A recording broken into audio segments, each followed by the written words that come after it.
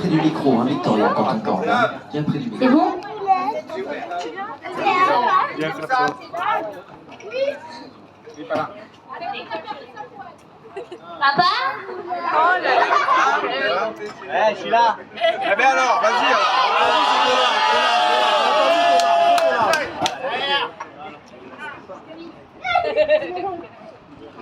Elle est où, Poulette? C'est quoi la Vous voulez passer? Allez, princesse, vas-y. Super. Va lui faire de la famille. Il pleut, dépêche-toi.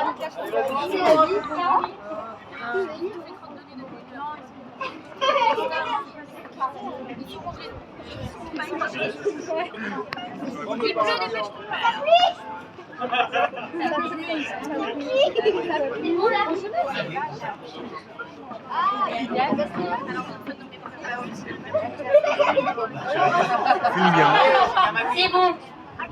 Bon, on peut y aller? On va aller demain. Oui. Alors, chers amis, le jour où j'ai été créée, le jour où Dieu a décidé que le monde avait besoin de moi. Cette affirmation de Rabbi Nathan de Breslev peut sembler à première vue prétentieuse. La vérité qu'elle renferme, au contraire, nous fait prendre conscience du poids des responsabilités qui pèsent sur nos épaules. En effet, chaque âme qui vient dans ce monde a une mission précise à accomplir et un but à atteindre. Avant d'être envoyé en mission, on lui fait jurer d'étudier et d'accomplir les commandements de la Torah. Durant nos premières années, nos parents nous apprennent ce que nous devons faire et comment.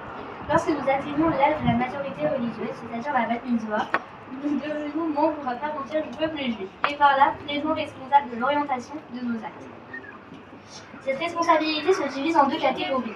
La première, la plus évidente, concerne les actes que nous effectuons, notre volonté ou non d'honorer la promesse que nous avons faite avant de venir dans ce monde. La seconde concerne l'influence que nous avons sur nos entourages. En effet, on pense souvent que nos choix ne concernent que notre propre personne, mais il faut garder à l'esprit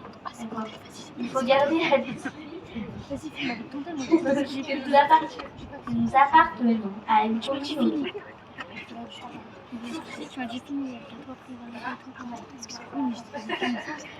Ce que nous décidons pour nous-mêmes peut avoir des conséquences sur l'ensemble, et nos choix personnels peuvent influencer les autres.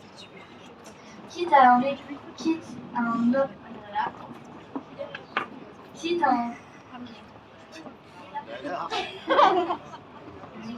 être un exemple, autant être celui à suivre. Ce sont toutes ces responsabilités qui deviennent les nôtres lorsque nous entrons en plein pied dans le groupe actif du peuple de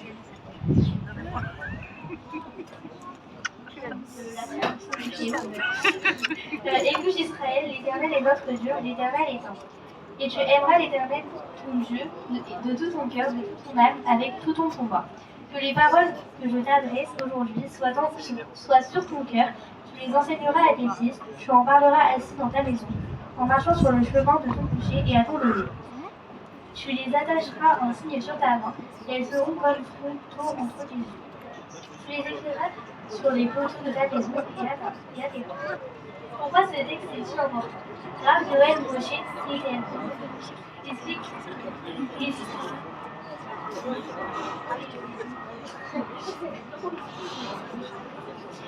explique que dans les 3 paragraphes, nous retrouvons les 10 commandements qui sont mentionnés de façon anonyme. Les écrits du schéma qui relient les paroles. Donc, Shema Israël, Hachem Elohim. Donc, écoute Israël, Hachem est notre Dieu. Donc, ça correspond à Anochi Hachem, je suis votre Dieu qui vous allez sortir des livres. Hachem Echad, Hachem est unique.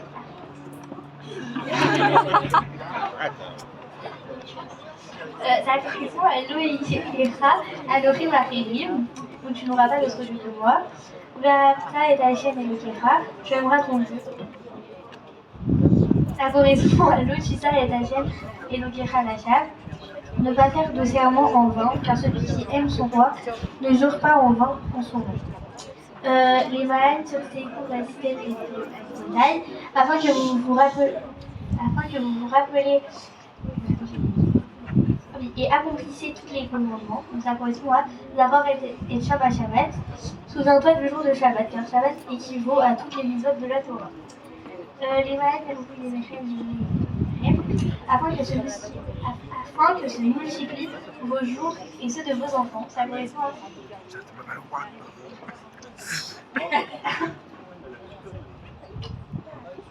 Ça correspond à Kaved et Tavira et Shimira, et fait qu'on est les c'est celui qui accomplit ce commandement à toute sa vie.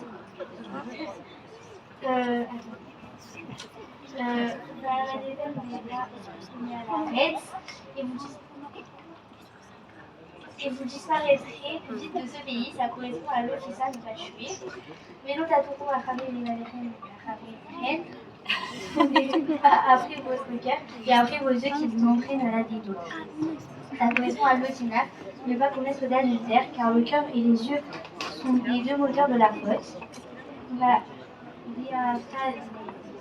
Tu engageras, tu engangeras tout comportement.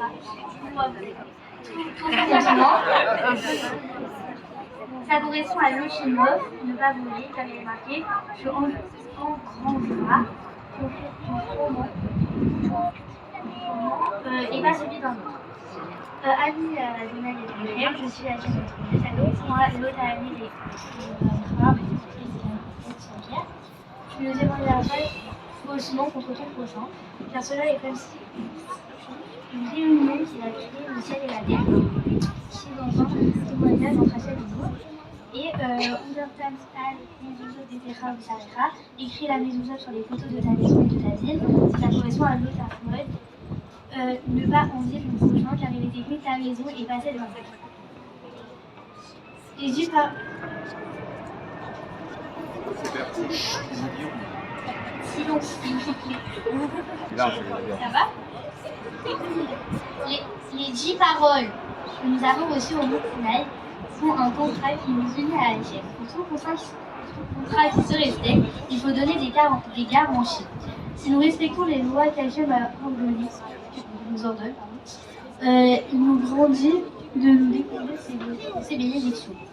Lorsqu'Hachem demanda aux bénis Israël quelles garanties ils étaient prêts à donner, ceux-ci engagèrent la transmission de la Torah aux générations futures pour pouvoir la recevoir. Chaque génération reçoit les enseignements de ses aînés et a le devoir de la transmettre à la suivante pour que ce contrat qui nous unit à Hachem soit éternel. Toute l'existence de notre peuple repose sur la transmission et l'application des mitzvot que nous avons acceptées au Sinaï. C'est pourquoi il me tient à cœur dans cette veille de Shavuot de devenir ce maillon essentiel de notre peuple, d'être à la fois la garantie des générations passées et de faire tout mon possible pour être un exemple pour les générations futures. Esther, je souhaiterais vous parler du prénom que mes parents m'ont offert à ma naissance. Choisir le prénom de son enfant. Choisir le prénom de son enfant, je semblais parfois ne révéler aucune convention sociale. Pourtant, la Torah nous enseigne que le choix du prénom, au-delà d'une simple affinité ou d'un choix commun des parents, est très important. Le nom véhicule notre identité, et pas simplement parce qu'ils sont un moyen pratique de distinguer une personne à une autre. Ils nous définissent littéralement. Les prénoms...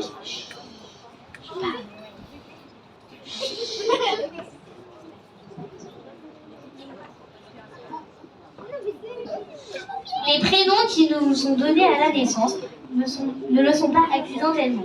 Ils sont le résultat d'une inspiration prophétique accordée à nos parents. Ils renferment donc notre essence, la clé même de notre âme. Lorsque je suis née, mes parents m'ont nommée Esther. Attendez,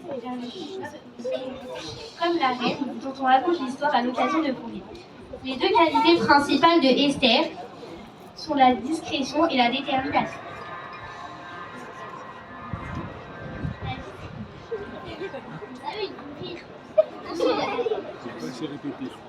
La discrétion. Esther, nièce de Mordechai, est une jeune femme très discrète qui vit à Suse, capitale de l'Empire. À cette époque, lors d'une très grande fête qui s'organise, le roi Ahasverosh se brouille violemment avec son épouse, la reine Vashti, et la répudie. On se met alors à la recherche dans tout le royaume d'une jeune femme qui sera la nouvelle reine. Si toutes les jeunes femmes du royaume espèrent trouver grâce aux yeux du roi, Esther, elle, fait tout son possible pour passer le plus inaperçu possible. Malgré tout, le choix du roi se porte à Esther. Arrivée dans le palais du roi, Esther reçoit une recommandation très spéciale de Mordechai, ne pas dévoiler ses origines. Parler d'elle le moment possible. C'est cette capacité à se taire et cette discrétion que seront les clés de la réussite d'Esther dans sa destinée. La détermination. Devenue reine, Esther aurait pu devenir orgueilleuse ou insensée de souffrir de son peuple.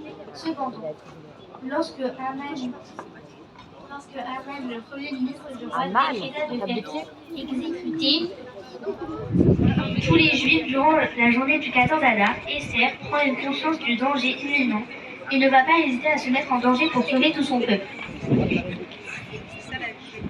Tout d'abord, elle réussit à faire